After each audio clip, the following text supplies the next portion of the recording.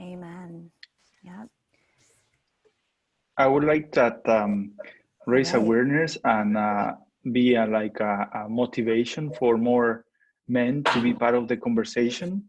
And also, I would like that fathers and mothers realize that they need to be present to raise better children, to raise children without stereotypes. And from the beginning of life, they should see the world as with this gender equality, no? So they can have a more inclusive and more opportunities for both girls and boys, no? Absolutely. Mm. I would just echo also that this is really a conversation, I think, about building stronger democracies. And so thinking about the broad diversity of our populations and how we engage them and include them is, I think, the key forward. I expect that we, including myself, learn from the other people's perspectives and to believe that we can make a difference. Yeah. Beautiful. Well, I think it's time to begin. Thank you so much for joining us, everybody. I'm Melanie St.James, and this is the Global Summit Voices 365 special webcast series in the countdown to Impact Week here in Tokyo and broadcasting to the world. And we're very happy to be recruiting change agents dedicated to an inclusive, equitable, socially just economy, and have some incredible leaders here with us tonight. I'm just going to say, you know, it's been a rapid shift, moving everything online in the last couple of months with COVID, and it's also really exciting because we're able to bring together more global perspectives and truly have a dynamic, diverse global conversation. So we have a lot to cover tonight, so I'm just going to jump in. I'm Melanie St.James. I'm the executive producer of the Global Summit, and I have the pleasure of introducing tonight Kathy Matsui, leading equity strategist, one of the 10 women to watch in Asia by Wall Street Journal.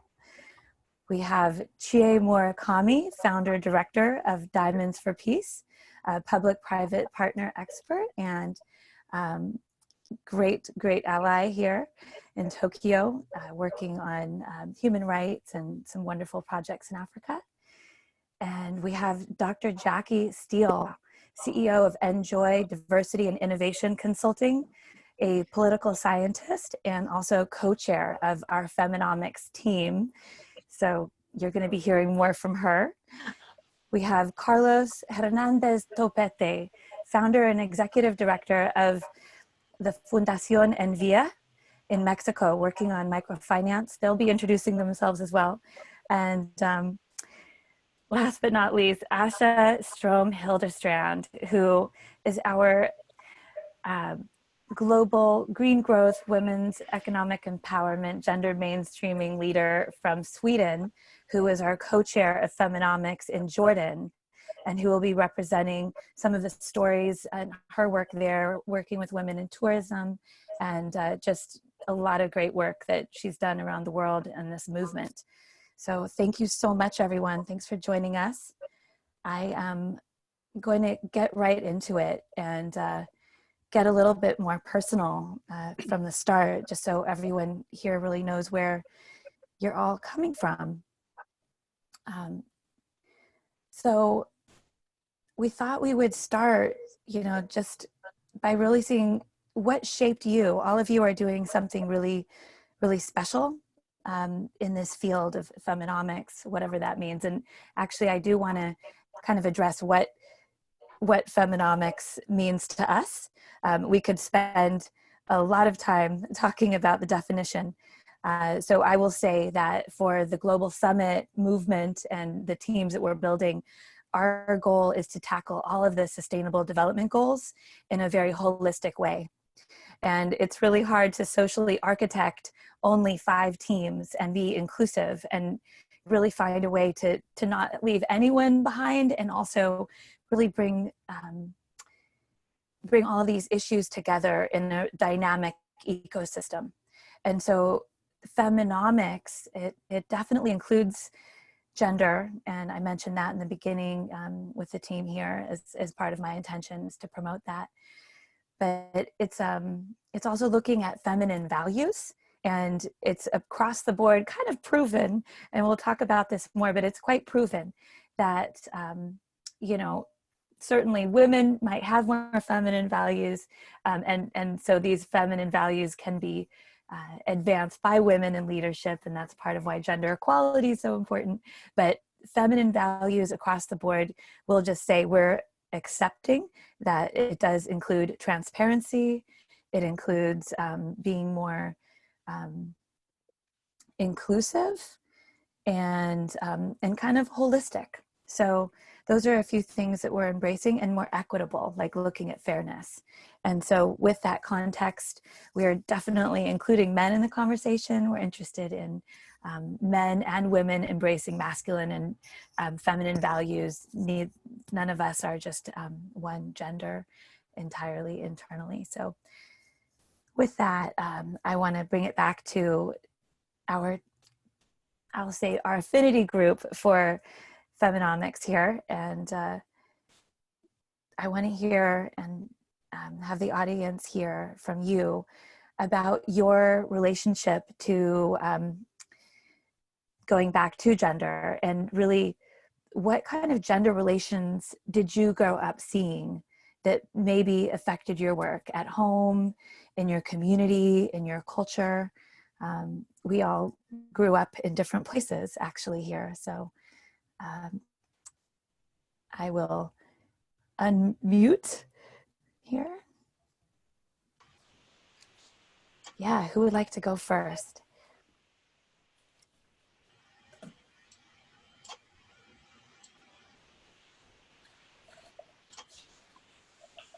Chie, I'm going to call on you because I actually, your story inspired this question. Okay. Hi, everyone. Good to see you. I'm Chie Murakami, the founder and the director for NGO Diamonds for Peace. I'm in Yokohama, Japan. And I'm a woman, but actually I haven't thought about feminist or feminine things so much until Melanie told me to join this discussion. So I thought about it, and yeah, I remember several things in my life. And the first thing is that my dad, he's actually does everything. I mean, all the domestic chores. Of course, my mother does it as well, but my father cleans, cooks, does the laundry, anything. So I grew up in an environment that fathers are supposed to do that. And then I was surprised to know my friends' families are not like that. And my friends told me that their fathers don't do anything at homes. And then another thing I remember is that I went to girls' high school. And in that environment, the girls have to do everything. We cannot depend on boys. So all the leaders are girls. And for their festivals, for events, we have to, prepare everything by ourselves. And we sometimes do like a carpentry things by ourselves. So I think that's what made me who I am today. Okay, beautiful. Thank you. And you grew up in Japan? In which town? Yeah, I grew up in Japan, and yeah, I had education all the way to university in Japan, and then I studied in the States for my master's. Okay, great. Thank you. I look forward to hearing more about your work. All right. Does anyone else want to go next?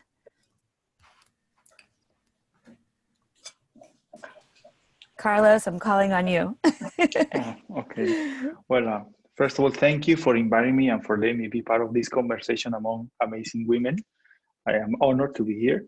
Well, I guess for me, everything started with my grandfather, the father of my mother.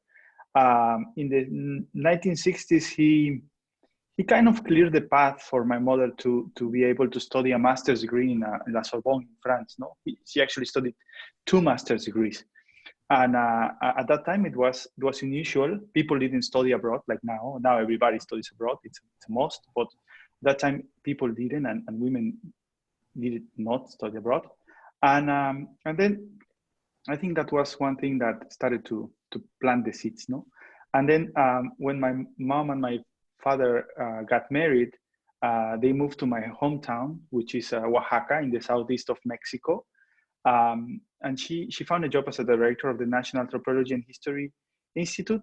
And while she was working there, this was a job, a tenure of like 6 years. And while she was working there, my father was the one who encouraged my mom to start her business, no, while she was working there, which is a Spanish language school in Oaxaca now, no, which is a very successful language school, and she's been doing this for more than 35 years. And well, that's part of it. And for me, it was natural to have been raised in a family where both parents were working parents. No, most of my friends at that time, their moms were housewives, but for me, it was something natural. But there were two things that left a footprint on my life, and one of them was that when my father was he was a politician, and one day he just was not part of the team that was in politics, so he just had to stop being a politician for a while, and he became an entrepreneur. And during this time, my mom took over the family, the economy of the family, and it was a time of change, a new experience for us, but we didn't suffer any economic loss. No, our transition was very smooth. And then the second time, it was when my father passed away. My mom again was economically fit, no, and it was an emotional loss, and it's terrible to lose your dad, especially at the age of my brother, that he was a teenager and I was 21. But I was in college, and financially we didn't have any problem, no, and my mom could take over the things that my father left. So I think those two things made me realize that how important is that both pillars of the family are economically active, no. So later on, when I finished my MBA at the Boston University, I decided to do a kind of social business, which is a nonprofit, which blends tourism and microfinance. But our goal is to work with women so that they empower themselves, and so they can better support their families and strengthen their communities. And this has been amazing. I think I have learned a lot from these women. These are wonderful women. A few years later, I married my wife, who at that time was a very successful investment banker. She also went to Oaxaca with me. We started a business, which is now stopped because it's a hotel. So now we are not have any revenue. But and then, well, she wanted to pursue a dream of doing she wanted to do a master's in Japan because she's half Japanese. So I said, okay, I leave. I promote women empowerment. So I have to support my wife too, no? So I moved to Japan, and here I am.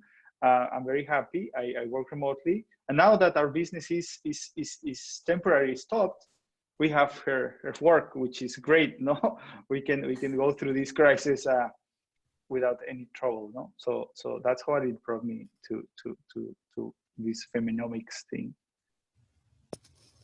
Beautiful, thank you. That's really touching, actually. Jackie, would you like to go next? Great. So yes, thank you for the invitation, and it's been really lovely to see the building of Feminomics from Jordan and the actors who were involved then and carried forward to this conversation in Japan, but also engaging, I think, the global conversation is really exciting. For me, I think I would agree with the others that my childhood was very pivotal. I had a very, I think, independent-minded, strong mother, and I had a really progressive father for the times that were growing up in Canada in suburban Vancouver. And we were, I mean, I was one of three daughters, the youngest, and we were really encouraged to strive for as much education as we could, because education, both of my parents were teachers and they really valued education. They really valued music, languages, art, competitive sports.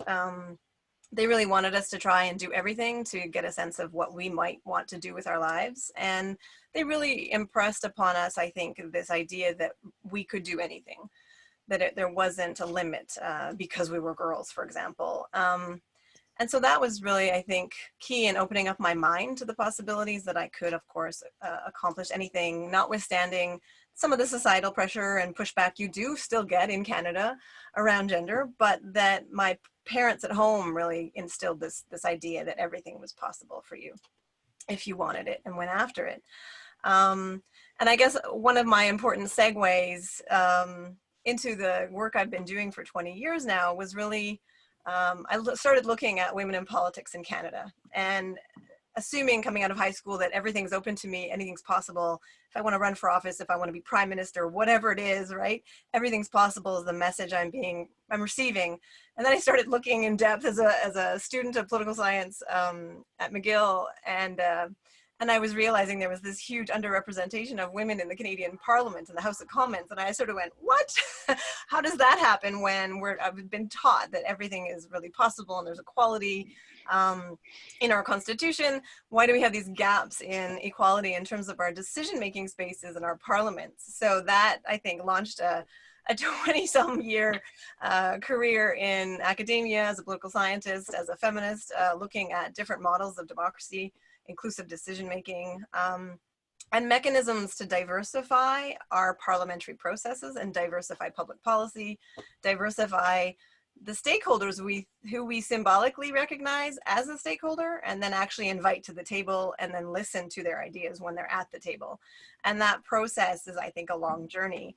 And so for me, that's sort of looking to the answers in politics and law and democracy for freedom, for women's freedom and diverse women and men, really. How do you build that? That's kind of been my life's work and my life's intellectual puzzle, but also a practitioner puzzle. And it's sort of segued now in the last year when I've just sort of pivoted out of full-time academia, and I'm now, as you've mentioned, the founder of Enjoy Diversity and Innovation Consulting, trying to bring these insights around how do we incentivize different stakeholders across society, corporations, political parties, NGO community, civil society, families. How do we incentivize and make it valued that we would diversify the actors around the table and giving us, inputs to our own understanding of the world? And it's really bringing back, I think, the piece of the importance of democracy and democratic discussion. And that's been really exciting to pivot into that direction, both serving companies in Japan, but also in North America. So that's where I've been focusing my time. I guess I should say I've been in Japan for about 20 years. So as a Canadian, I've lived sort of half my life in Canada and half my life in Japan. So I don't really know which is home at this point. They're both home in different ways.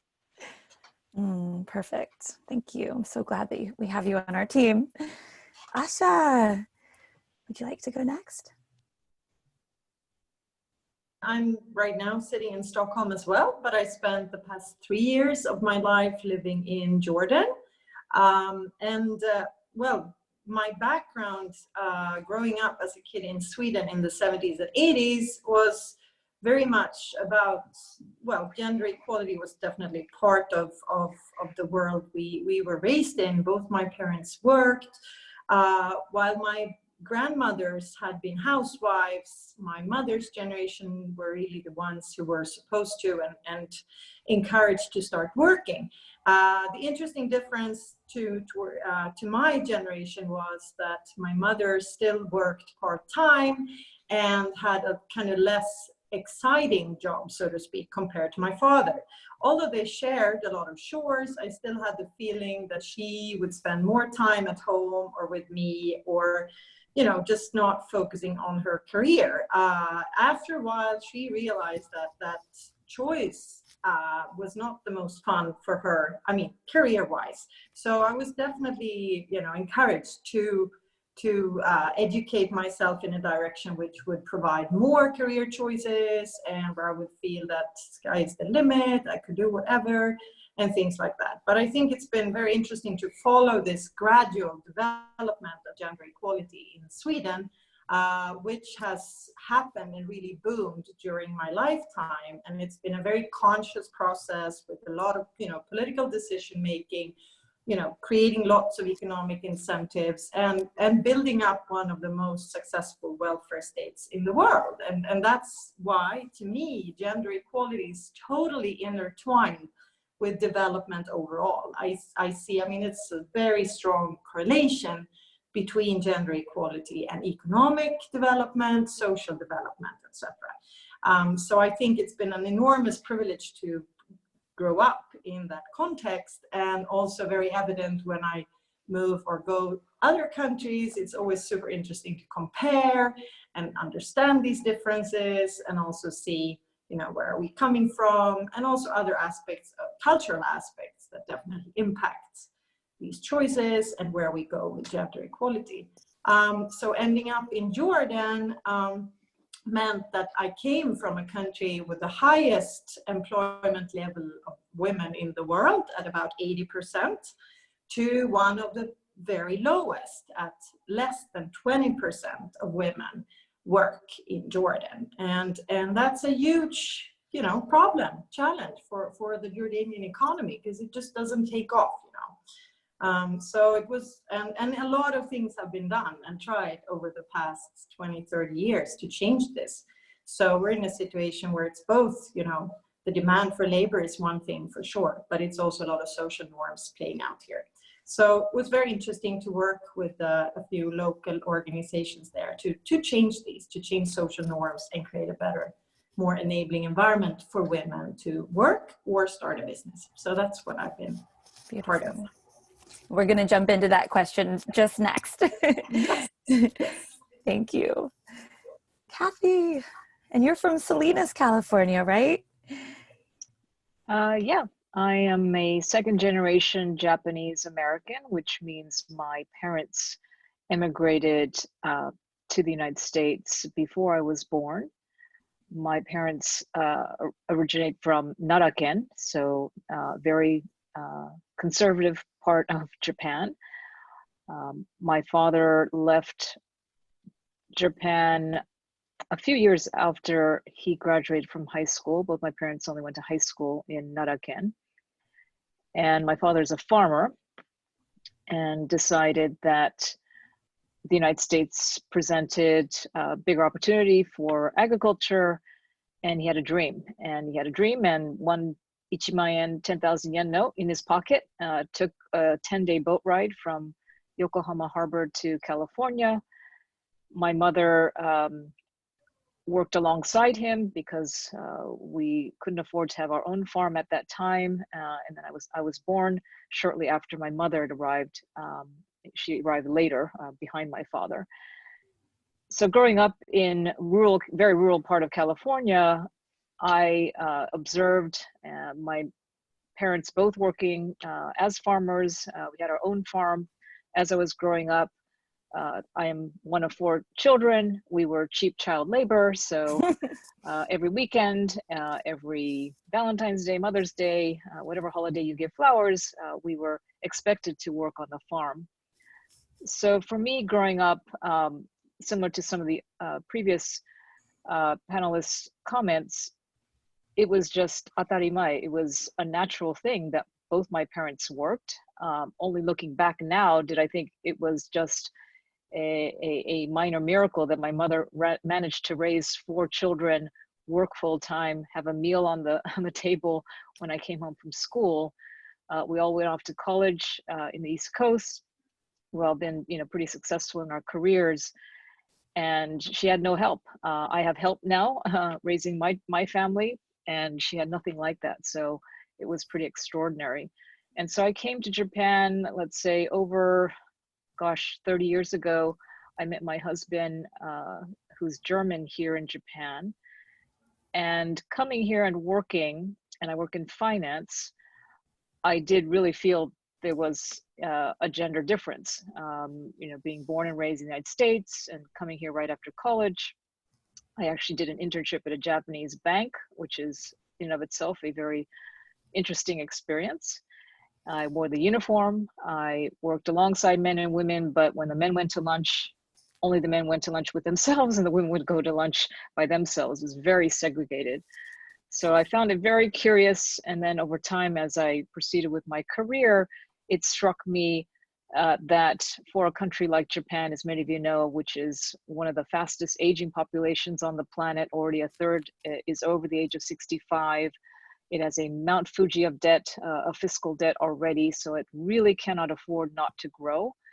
But then I looked around me after my first child was born 23 plus years ago, and found that while I went back to work after my maternity leave, I found many of my mommy friends, my Japanese mommy friends, did not. Some by choice, which is perfectly fine, but others, they wanted to, but just simply could not go back for a whole variety of reasons. And we can talk about that later. But so that's what kind of got me started on this journey of thinking about what could happen to an economy if you could deploy or leverage half your population more than Japan was. So that's a bit of a background.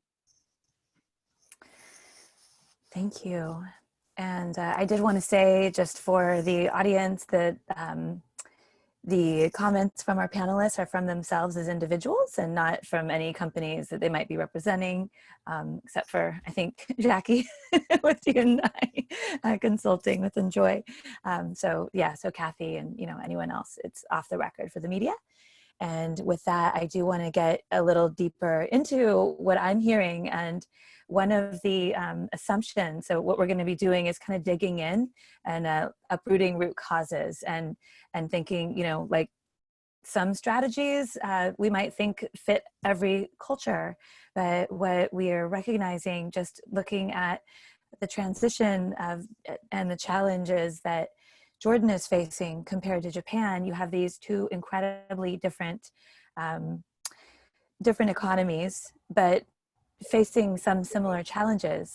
And so I wanted to just pass the mic back to you, Åsa, to represent that. And, just from some of our questions that we had around, people talk about women's economic empowerment, but, what are some of the cultural barriers or reasons that things are not moving forward in Jordan that you've seen?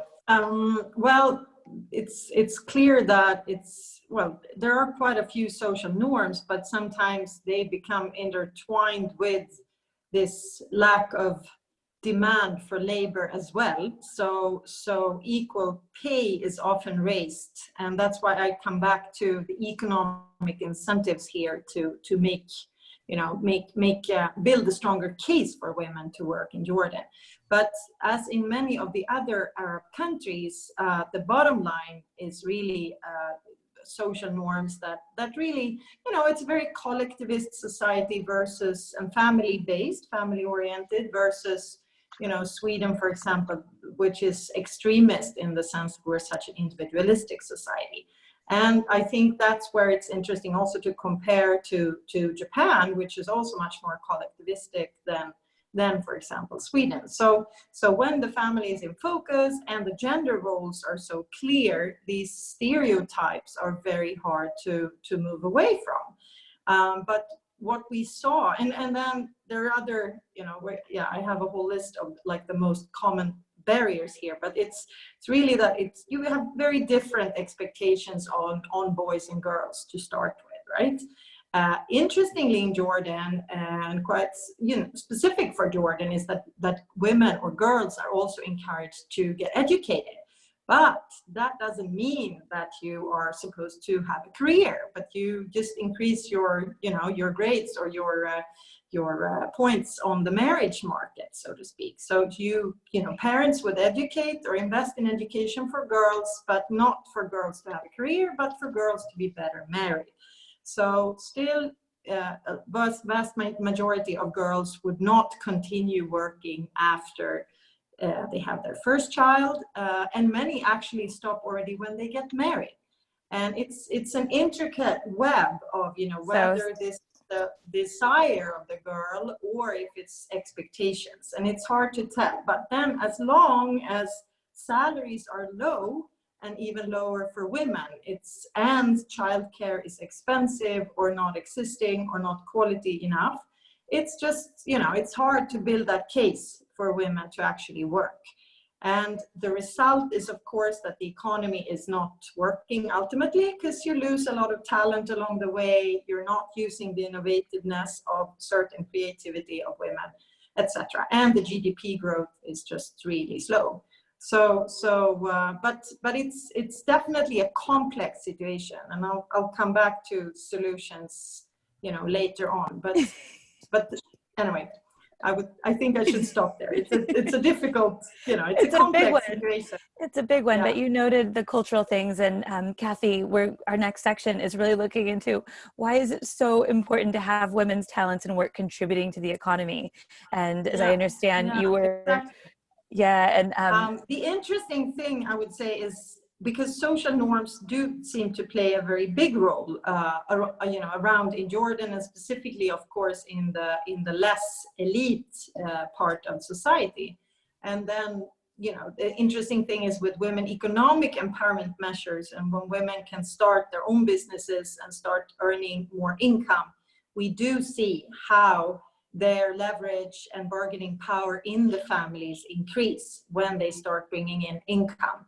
And again, it's the economic incentives and the need, the pressure today to also add an extra income to the family that actually changes things gradually.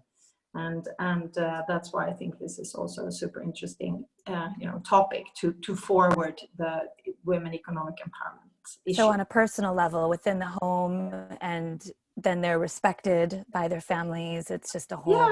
Really coming back to that home. It becomes a game changer, and you see that they can increase, strengthen their voice. They're just taken more seriously when they also start bringing in money. And if they get a training, so they can also improve their businesses gradually. And you see how their confidence grows. And, it can slowly create more of a partnership in the family, beyond those very traditional gender roles. So I think that's a very, it's definitely an interesting development. And in a society like Jordan, where the government, this is interesting to hear from Kathy as well, and Jackie, because of the political system. Even female parliamentarians aren't necessarily pro-gender equality. So we see that the process of working through the legal system to create gender equality is extremely slow. And then I think the bottom-up approach, where you enable women to start having an income, to start changing their own lives bottom up, that's also, we'll get there. We're going to get there. And I want to thank you so much. And I want to bring it back to you, Kathy, to really get into what have you seen. I know you've been doing research on Womenomics, and I'd love to hear a little bit more about that. And what is the shift you've seen, and how would you relate to what you just heard about Jordan? Do you see some commonalities there? Tell us why it's so important that women are economically empowered in our economy for society. Well, first of all, very quickly, so my job is a macro research analyst, so I do this for a living. And if you consider what are the three drivers of economic growth for any nation, it is three: capital, labor, and productivity. And if any one of those factors declines, then the potential growth, so to speak, the potential of one's economy is going to fall. And so here we have in Japan, I mentioned earlier about the aging nature of society. What more shocking than that is that 40% of the workforce is going to shrink in a very short time span. That's almost half of the labor force is going to disappear if nothing changes. So naturally, that is a very depressing picture to paint for the third largest economy on the planet. And so we, did some analysis looking at, 20 years ago when I started my research on Womenomics, we found that Japanese female labor participation was one of the lower rates in the developed world. But let's pretend, what if we could normalize that or bring the women up to the same level that of men? I know that's a pie in the sky dreamland, but if we could realize such a scenario, what could that do to economic growth here? And we found in our latest research, you can actually probably find it on the web, it's called Womenomics 5.0. And we calculated that it could actually boost Japan's GDP by as much as 15%, which for a country like Japan, it's already big, but that is a huge number. And so with that, interestingly, the current administration led by Prime Minister Abe a few years ago decided, well, as part of the nation's growth strategy, all of a sudden he started to talk about this theme called Womenomics. And I about fell off my chair when I first heard that, because I couldn't quite grasp the fact that the Japanese national government was talking about essentially gender diversity as an economic and business imperative, as opposed to what it used to be kind of discussed in the context more of human rights, you know, kind of gender equality. It was sort of that realm of discussion, as opposed to front and center important for the nation's growth strategy. So I think that really changed the dialogue and the conversation about this topic, which I do have to give the government credit for, because we never really heard the word diversity. It's not even a Japanese word. It's called daibashiti in Japanese. And only recently are you seeing many more articles in mainstream newspapers and magazines about this topic, because I think the reality is such that the country is running out of people. And so the good news is what's changed. Number one, Asha talked a little bit about the big, you know, high rates of female participation in Sweden. We're not quite at Sweden's level, but we went from one of the lowest in the G7 or the OECD developed nations to one of the highest. We're now at over 71, 72%. The men are, of course, about 85%, one of the highest in the developed world. But we used to be in the mid 50s in Japan. So that's mid 50s to over 70% is quite a huge jump. Secondly, I don't know if many people realize this, but Japan today has one of the most generous parental leave benefit programs in the developed world. So both parents, the mother and the father, each get 1 year leave. And if you do the math, they can effectively get almost 80% of their pre-leave pay. Now, most of the women, of course, the mothers take that leave. The problem is the fathers don't really take that leave. So we need to work on paternity leave, but at least the benefit system is much more generous than, say, for example, where I come from, which is the United States, which is pretty much non-existent. And then third is transparency. You know, talked a little bit before about the incentives are so important. And so the incentive of transparency, you can't change what you can't measure. And I think in this country, shame and embarrassment, I have to say, go a long way to pressure behavior and behavioral shifts. And you've seen the government force Japanese companies to disclose some nature of gender statistics, which was never a requirement, frankly, before. It is still imperfect data. It is not standardized data. So still a lot of progress needs to be done, but there is such a requirement. And with that, there are more, for example, in my world of investing, investors who are looking at that data, for example, if they're investing in ESG mandates, environmental social governance mandates, which is directly tied to the Sustainable Development Goals, they are looking at gender-related data when they're trying to figure out, should I buy Toyota versus Nissan or Honda, right? So this is very important transparency. What hasn't changed, my last comment will be, is yes, more women are working in Japan, that's great, but the majority, over 50%, are still working part-time roles, not full-time ones, which explains why we have such a dearth of females in leadership positions, both in the government as well as in the private sector. So the numbers are up, but the quantity is up, but the quality of work that the women are doing is still, I think, not meeting the potential that they truly have. And again, many negative articles, I think, in the press are often written about this, and it's true, but I would say, you know, to me, it's cup is half full. First, let's get the women working outside the home, in jobs outside the home, and then let's mentor them, let's train them. And that's really not the job for the government, is it? It's really the job of the employers, of the organizations, to nurture, to train, to mentor these women so they become leaders, they want to become leaders. And then finally, of course, is the societal aspect of, you know, unconscious biases and what expectations are girls in Japan growing up with. You know, it's very hard to be what you cannot see. So can I be a prime minister? Can I be an astronaut? Can I be a, you know, whatever? We need to create those role models. And I think media plays a huge role in this country in shaping those stereotypes. Yeah, and it's, so you're touching on some big cultural things right there, where it's how people running the businesses, running the schools, the glass ceilings. And I would love actually to hear, Jackie, I wanted to see what you had to say about the why and how women, you know, getting up that ladder in the companies that you're working with, what does that do? What research have you found? And then I'd like to hear from Chie and Carlos about the businesses that you're working in and the context in Liberia and Mexico as far as resilience goes. Also considering how we're going to be more resilient in recovering from COVID pandemic economy, and also just looking at our history in rural communities as well as Japan in recovering from past crises. So resilience, and how do we plan for success? Right. Yeah, I mean, I think Kathy's done a beautiful job of really tracking what has been the trends over the last 30 years. And certainly as a political scientist who's been in the academic side, looking at these issues and doing research internationally, comparing Japan to what's happening elsewhere, I absolutely think Kathy's work has been really pivotal in changing the conversation in Japan. And as an academic, I was grateful that we finally had those shifts in the conversation, because it made it easier for feminist political scientists and people working on gender and diversity in politics and sort of doing these intellectual academic research projects to be able to have those conversations in our institutions and with policymakers.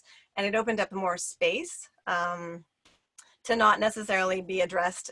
Prior to that, you sort of got maybe a very chilly climate, a bit of a tepid reception because you were working on gender or those types of issues that made people nervous, and there wasn't a sort of space to even talk about why is this a core framework of analysis for politics, for democracy, for the economy.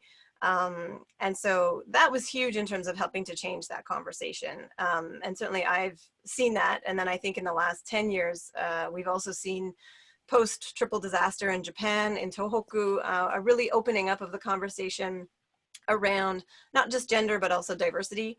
And certainly the work I've been trying to do in the research side was on thinking about how do we talk about diversity as a concept and diversity and risk governance.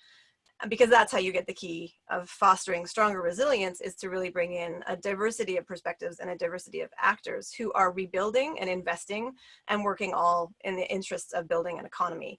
And the post-disaster context in Tohoku, really, we saw young women's leadership stepping up and playing a real pivotal role in their local economies, their local regions, social entrepreneurship coming out of those young women leaders in their communities. I think maybe one of the ongoing puzzles and challenges for Japan, if I'm thinking both in terms of what the research I've seen and also what I hear of the conversation within corporate Japan, be it Japanese companies or multinational companies, we still have blockages in the public policy side, whereby there have been these changes in terms of increased reporting around gender statistics and metrics to some extent. But the core statecraft of the welfare state, if you will, if we compare to Sweden, for example, if we compare to Canada or other countries that are investing in sort of public policies and statecraft that really does foster equality and diversity throughout the policies. Even you just take the tax system in Japan, the tax system is premised on a division of labor with a permanent male breadwinner who has permanent employment, and there are caps on, you know, if you want to be listed as a dependent for your husband's company, you can't make beyond X, you know, yen. And so there's a cap and an incentive in the taxation system right there, incentivizing women to stay home and to be primary caregiver and to only work to the extent that they're topping up to the maximum of staying within that limit of still being able to claim being a dependent on their company's, their husband's company pension program, the health insurance program. So the taxation system itself through the state is reproducing this traditional gender-based division of labor that fit things maybe 70 years ago. Maybe that was really apt 70 years ago, but so much of, you know, I mean, think of the statistic that Kathy's given us around the 71% of women working. it's no longer makes sense to have a statecraft system of a taxation system that is subsidizing and sponsoring one kind of family unit at the expense of all the other diversity of family formations that need a different model, and where women are actually not just an afterthought or income earner, they're actually full-time breadwinners, but the taxation system is not really acknowledging and supporting that. So that's one area we see this disconnect.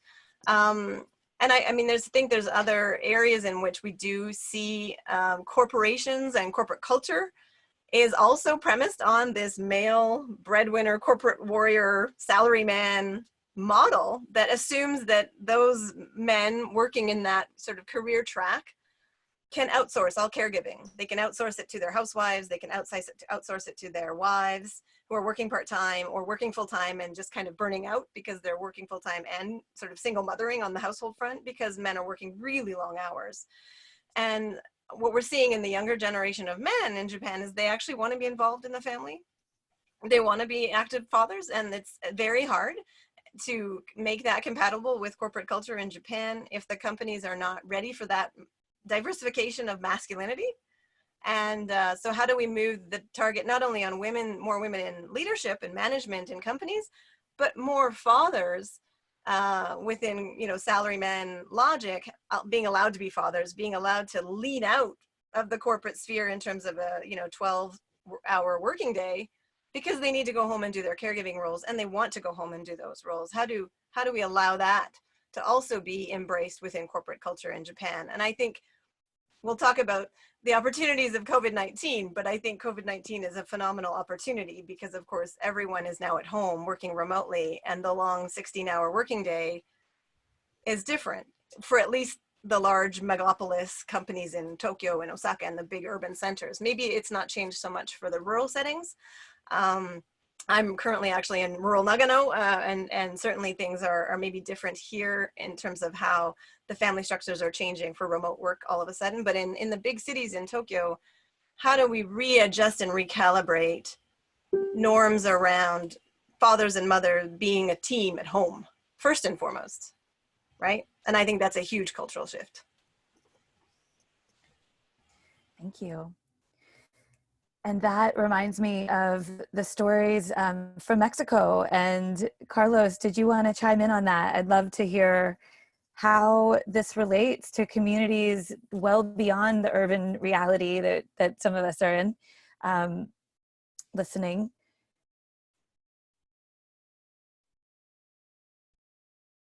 Carlos, are you, I probably muted you. Here we go. Yeah. There we go. In Mexico, yeah. In Mexico, we have, I think, both perspectives. No, we have the bigger cities, Mexico City, Guadalajara, the big cities that have are the same, like everywhere. They're in lockdown and people are working from home. But in Oaxaca I will give you a little bit of background about Oaxaca. It's a very unique state. It's the most diverse biologically and culturally state of Mexico. It has 470 municipalities and 16 different ethnic groups, no? And they speak 200 different dialects. Out of those 570 municipalities, 330 are under a legal system that is called customs as a source of law, no? In which the members of the community are part of the government, are part of the obligations of the community, and in 99% of the cases, these are non-paid positions, no? So as the custom dictated, these were usually roles played by men.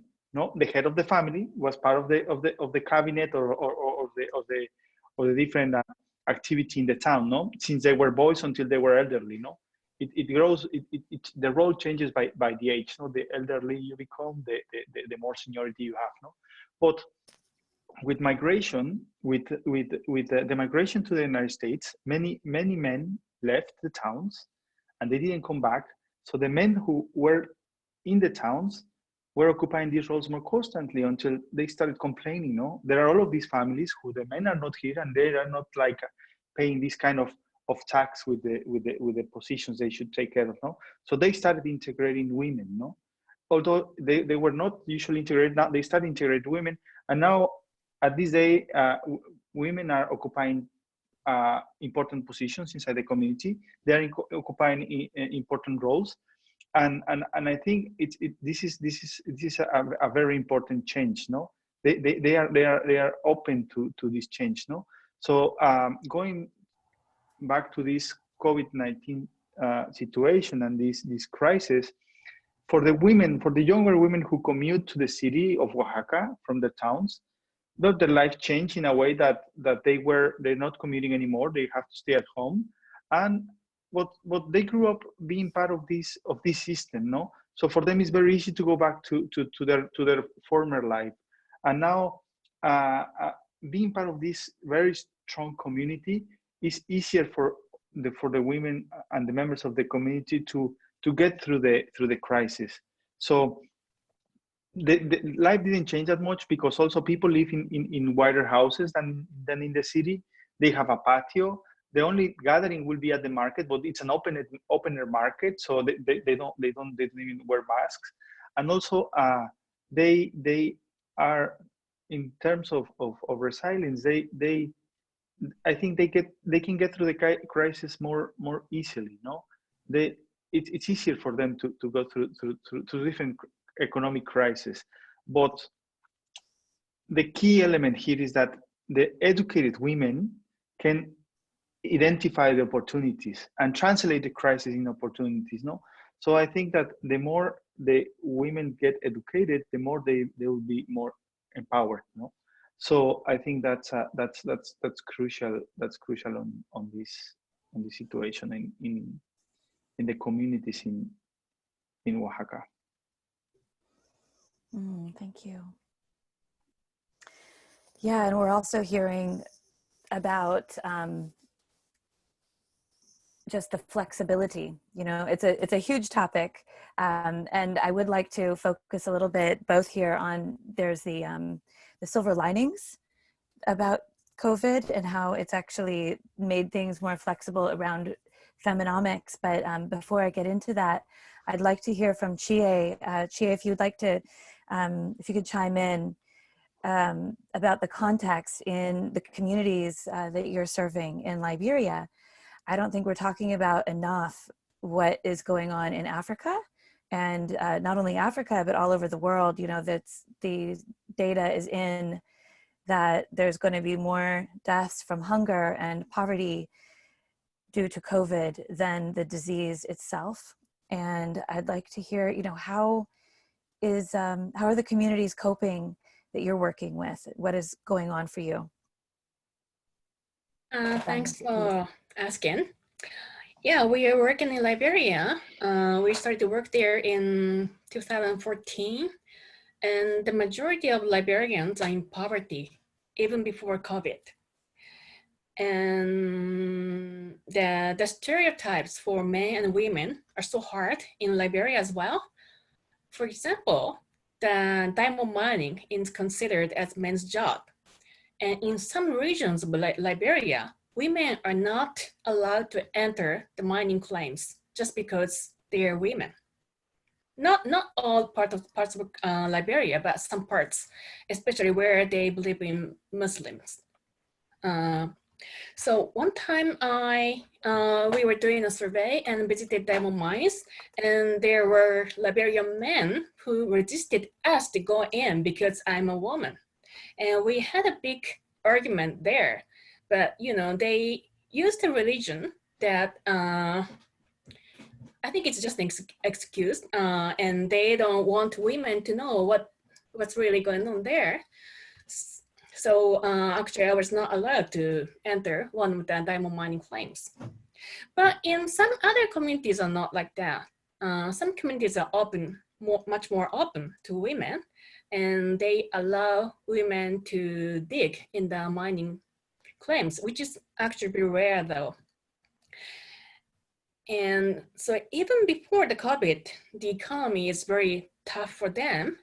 For example, the exchange rate for Liberian dollar is having been decreased, and the value is having been decreased. Several years ago, it was like 100 Liberian dollar to $1 US, but it's now 200 Liberian dollar to $1 US. So it's really hard. So the price is going up, but there's not enough employment and not enough industry. And especially for women, I've seen many women who've never been to school, even primary school.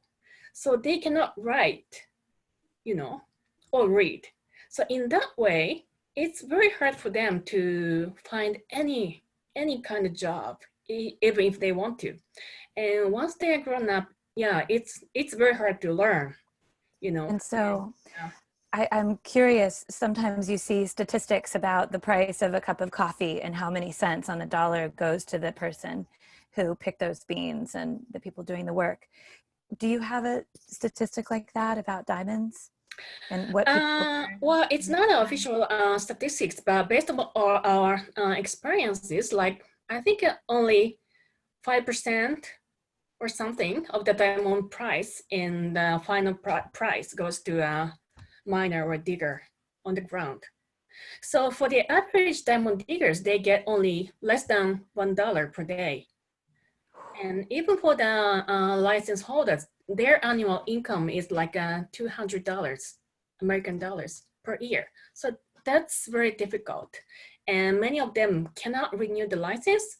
That means they go illicit. And if they find diamonds in an illicit way, then they have to sell the diamonds in the black market, which goes to, you know, smuggled and maybe fueling terrorism or, yeah, conflicts. Conflict diamonds, right.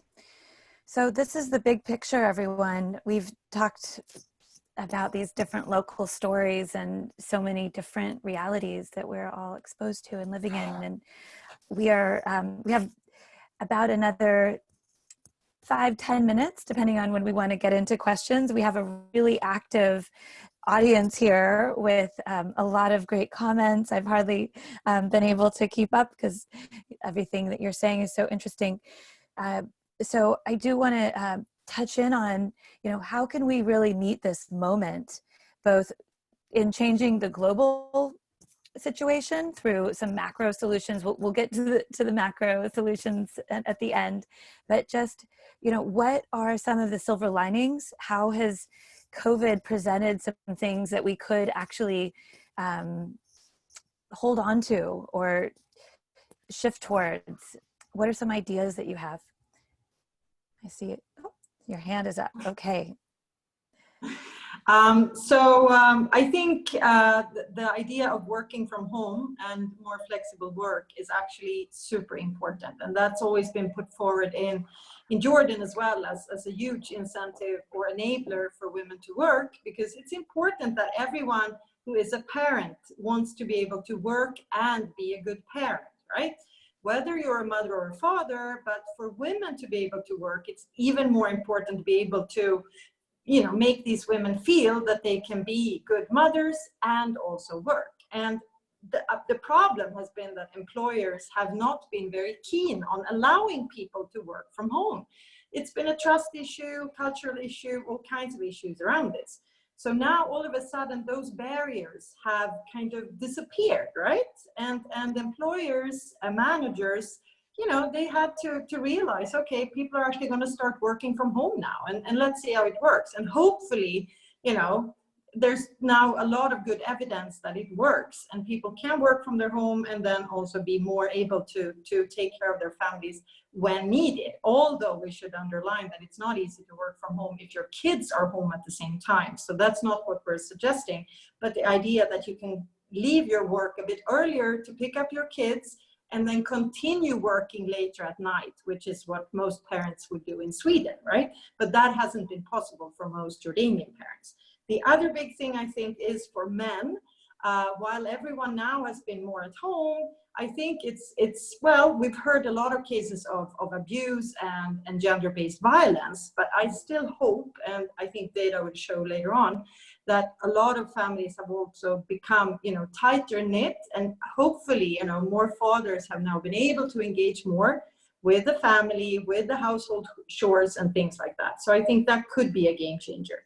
Plus, with turning more to local markets, local ideas, local produce, local solutions, and all these very globalized value chains are now being questioned, right?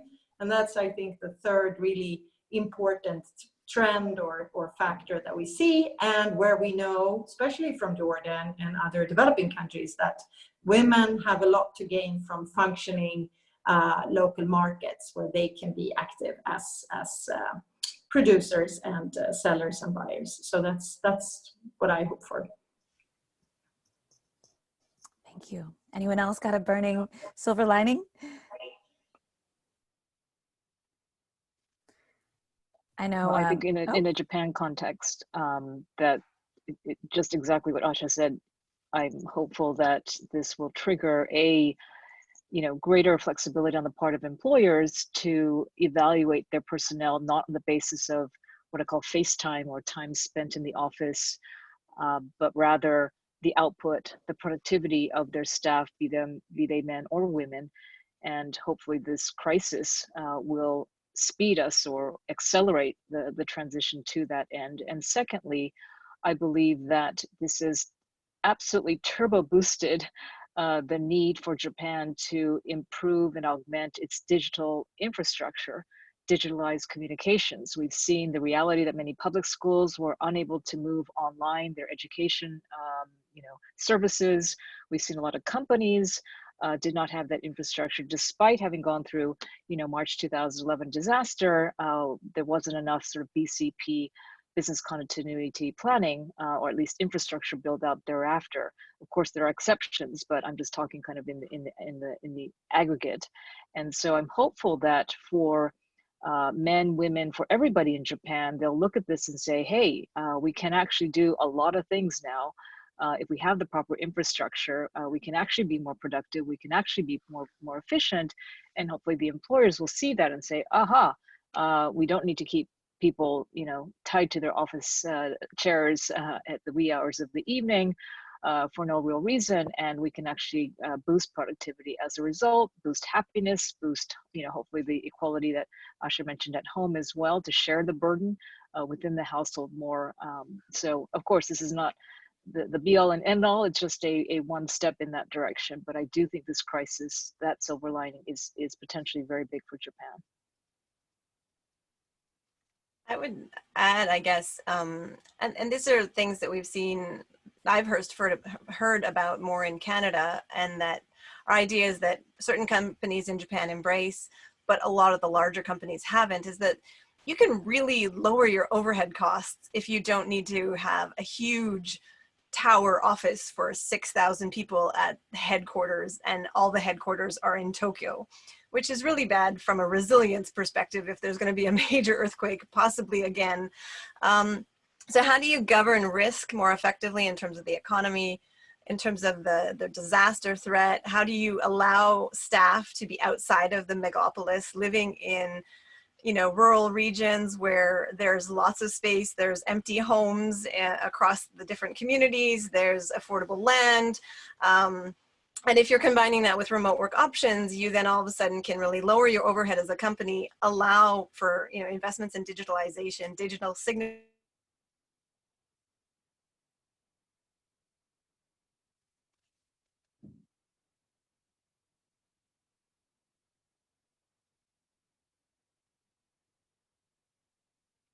Hello? Hey, can you hear is Jackie frozen for you? Yes. Okay, all right. Well, I was just looking at, thank you so much, Jackie. I hope you can hear me. But since you're paused, I did want to, before we get to the solutions, or actually, Carlos, go ahead, please. Well, I think like Kathy already said, I think this is a unique opportunity for companies to realize that the working force doesn't have to be there, and especially men, that both husbands and wives can be productive from home. One thing that I would like to point out is that, of course, companies and the legislation needs to be changed, but also from a perspective of a father in Japan, I think if there's going to be a change to this more flexible labor market in terms of working from home and working at the office, I think the accessibility to the daycare system needs to be improved. Still needs to be improved, no? because right now I live this every day. You need to now one down thing of the COVID-19 working from home is that the kids are there, no? So it's difficult to it's even more difficult to work from home. Now in the future they are not going to be there, they're going to go back to school or to the daycare, but I think still government needs to realize the need for this daycare system, no? And the to be easily accessible, no? It's a challenge in Japan. It's a challenge to apply for daycare. It's not an easy thing to do. And also I think one thing that I would like to point out also is that now working remotely, I think it represents an opportunity. There are trends that indicate that people are going to be living in urban cities in the future and more concentrated areas. And maybe it's a time to pause and think, maybe there's time to incentivize people to work remotely and live in rural areas. No, of course, the infrastructure, Yeah. like it's important Yes. to be there. No, we need a better connection. Yes, and this is also, we're going to be talking about in, well, for Japan, decentralization, rural revitalization, this is a big movement. And in cities in Africa, it's a really, people don't usually talk about decentralization in the Western context, but in Nepal, in Senegal, you know, these are really critical initiatives for better quality of life. And so if we can have that digitalization, it will also open up economic you know, jobs and educational opportunities for communities in Africa. I mean, why not? You know, if we can really bring down that digital divide. We have some of our team members in Jordan, actually, they're light years ahead of a lot of the world. So that's one thing, actually, Jordan's done really well. They put all of their curriculum online. They immediately went digital. So that's great that they're keeping up with it. But I did want to at least get to a couple of questions. We're at 8:36, so we've got like 7 minutes left, and just maybe one quick question here. There was one specifically for Kathy. How could we change the mindset in Japan? And I know this was talked about with Debashi or you know, how do you, the diversity, but I just think that mindset question, then we can move right into solutions, and we'll continue the conversation on our Facebook event. Is how do we change the mindset? Is that the? Yeah, well, Japan has started introducing support for diversity, support for women in the workplace. What can be done to change the traditional mindset to accept this? So it's like there's all the rationale for Feminomics, but what's, so yeah, I understand. So it's a big challenge, and I do not believe that Japan is alone in that challenge. Many societies around the world are suffering from the same issues. But I think at the end of the day, like many things in life, it's about education, and it's about educating people about the existence of unconscious biases. How do we treat, I have a son and a daughter. I was just joking with my kids the other day that when I went on business trips, and the toys I brought back from my business trips would be, you know, kind of a science kit for my son and a Barbie doll for my daughter. And I, you know, unconsciously as a mother was basically, you know, kind of exercising what I call an unconscious bias with my own children. And I think many of us do this without thinking what kind of mindset we're actually shaping in the form of our little, you know, our children's brains and their perspectives on life and what they can become. So I think all of us are born with these. It's not good, it's not bad, it's just what we have as part of our human nature. But these things need to be taught. People need to be taught that the world needs both genders. We need every single human being to be a productive part of society, to maximize their individual potential and their dreams, and be told that they can do whatever they want to do. And so that education piece, whether it's through media, through schools, frankly, I think in this country, I find a lot of parents also, you know, like myself, instilling what are the principles they're instilling with their children when they bring their children up. That's a very important piece. So I'm not trying to point any fingers at anybody. I think it's a problem that everybody in society is responsible for changing. Thank you. And that ties, that sort of gets to answering a question from Kiki Toku, who said, what drives you in doing what, oh, that's another one. You've got all kinds of good questions here. Yes, what drives you in doing what you do? What is the one message that you would give to the youth? And I'm actually going to open it up to everyone for our final round here. And here, you know, what is your call to action? We've gone into the local, we understand that there's no one size fits all solution. We have some commonalities, you get the point. But overall, what are you really, what would you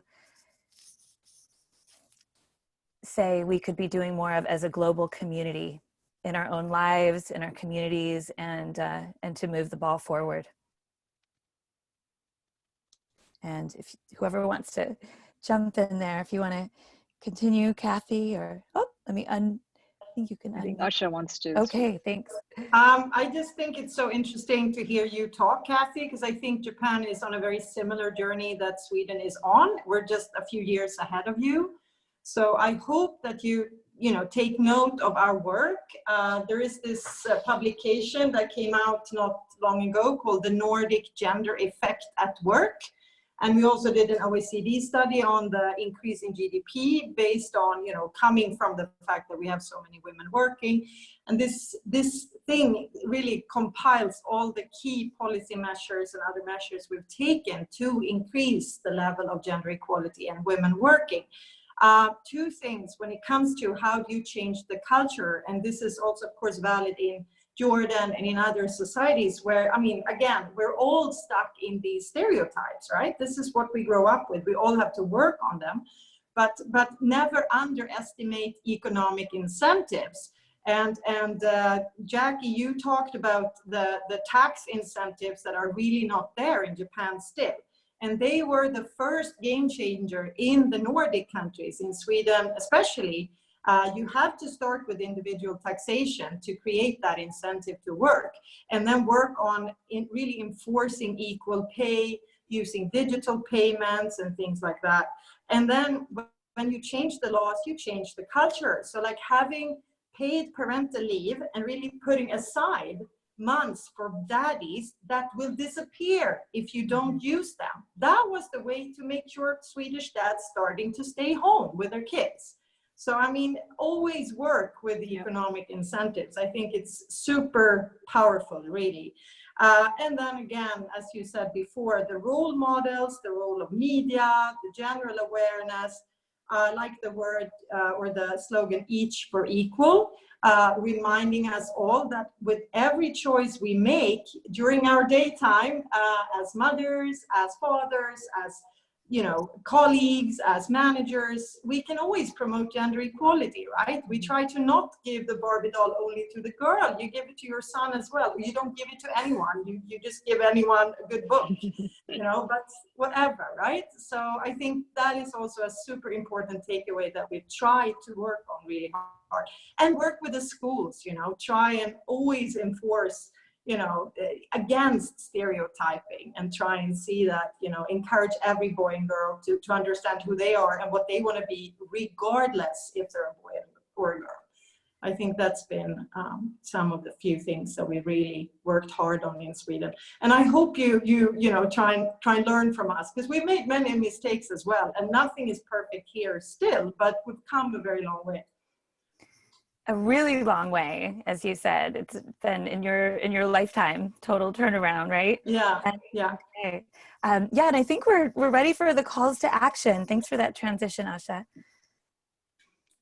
And I wanted to hear that whole report. So let's, if we could share that with everyone later, that's a great thing for the world to learn from. All right, Jackie. If I can, jump in around the calls to action, I guess I'm going to put back on my political scientist hat and say, I really think we live in an era without sort of reflection about what political citizenship means and what democracy and self-government mean, and why we have law and public policy. And I think we need to go back to we think about economies, and we talk about the economy and the economy and the economy, and we've forgotten that we're also in this space of, democratic self-government, where we're supposed to be members of a political community, but different political communities called countries working together in a global space. How do we think about what it means to belong to our community? What does it mean? And how do we practice, you know, virtuous citizenship if it means that we're individually checking our own biases? Yes, but it also means that we're electing and we're using our power of our vote in elections as social movements, as members of corporations, giving money to key causes to advance the democratic conversation that our political parties are trying to bring forward. And we want to make sure we're trying to have political parties in power who will adopt these laws that will bring structural change. Because, you know, as Asha's referenced, it's the structural change that is going to re-incentivize the whole shift and, you know, change management, if you will, in an economic logic within companies. Laws are regulating and incentivizing all of the actors in society around common goals. And if inclusion, gender equality, diversity, having everybody show up with their talent for the, you know, to invest and give their creativity, if we have laws incentivizing all stakeholders in those directions, we're all ramming in the same direction towards equality. But the laws really build that freedom into the structure of our society in ways that, as much as we try individually to check our own biases, we can only impact ourselves, whereas the laws are building the structures and the ecosystem, the policy ecosystem of equality in such a meaningful way. So I hope that we can take seriously the power of our vote and sending visionaries into elected office to build a, you know, a conversation of inclusive leadership and a vision for our democracies to move the dial in these ways. Oh yeah, if you've got the power, use it or lose it, which is happening in a lot of the world right now. Carlos, Chie, can we have some calls to action from you? Yeah, well, for me, I think we all, women and men, should be part of the conversation, because we are all agents of change, no? And we have to take responsibility and raise our children to be a better man, no? Without stereotypes, without ideas that will divide not letting them attain equal opportunities. I think the best way to do so is that we, all men and women, lead by example in our homes, in our work, and as human beings. No, that will be my takeaway. Nice. Yeah, thank you. Yeah, I think, in my opinion, education to men is very important. And I have experience that when I worked in Laos, I was in my 20s, and I was working with many Japanese middle-aged experts from Japan, and I was working with them, and one of them said to me one day, he has a daughter, and she wanted to go abroad to study and work, but he objected for many years. But after he's seeing me working in foreign country as a woman, he changed his mind and he let her daughter to go abroad. So I think in that kind of way, it's grassroots rebel, but we can show men what we are capable of, and we can change their mindset. And in the developing countries, men are also, you know, conservative, and I've lived in Kenya, Haiti, Laos, and many men look down on women, but I found that interesting thing that there's a category of foreigner. So men usually don't listen to women, but they listen to me because I'm a foreigner. So taking advantage of that position, I was trying to, you know, sensitize men to change their mindset. So that may work to some people. Yeah, so that's my call to action.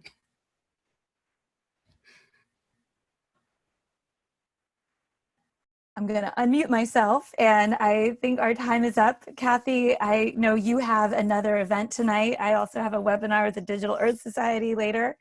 I would like for us to continue this conversation and bring more of these solutions and ideas. All of you are big knowledge bases and so many more insights. You know, I see, you know, coming up, but Kathy, I'd love to actually invite you, if you don't mind, to share about the Rohingya refugee event tonight, and just a final word from you, and then would invite our audience to share your comments and everything in the Facebook event.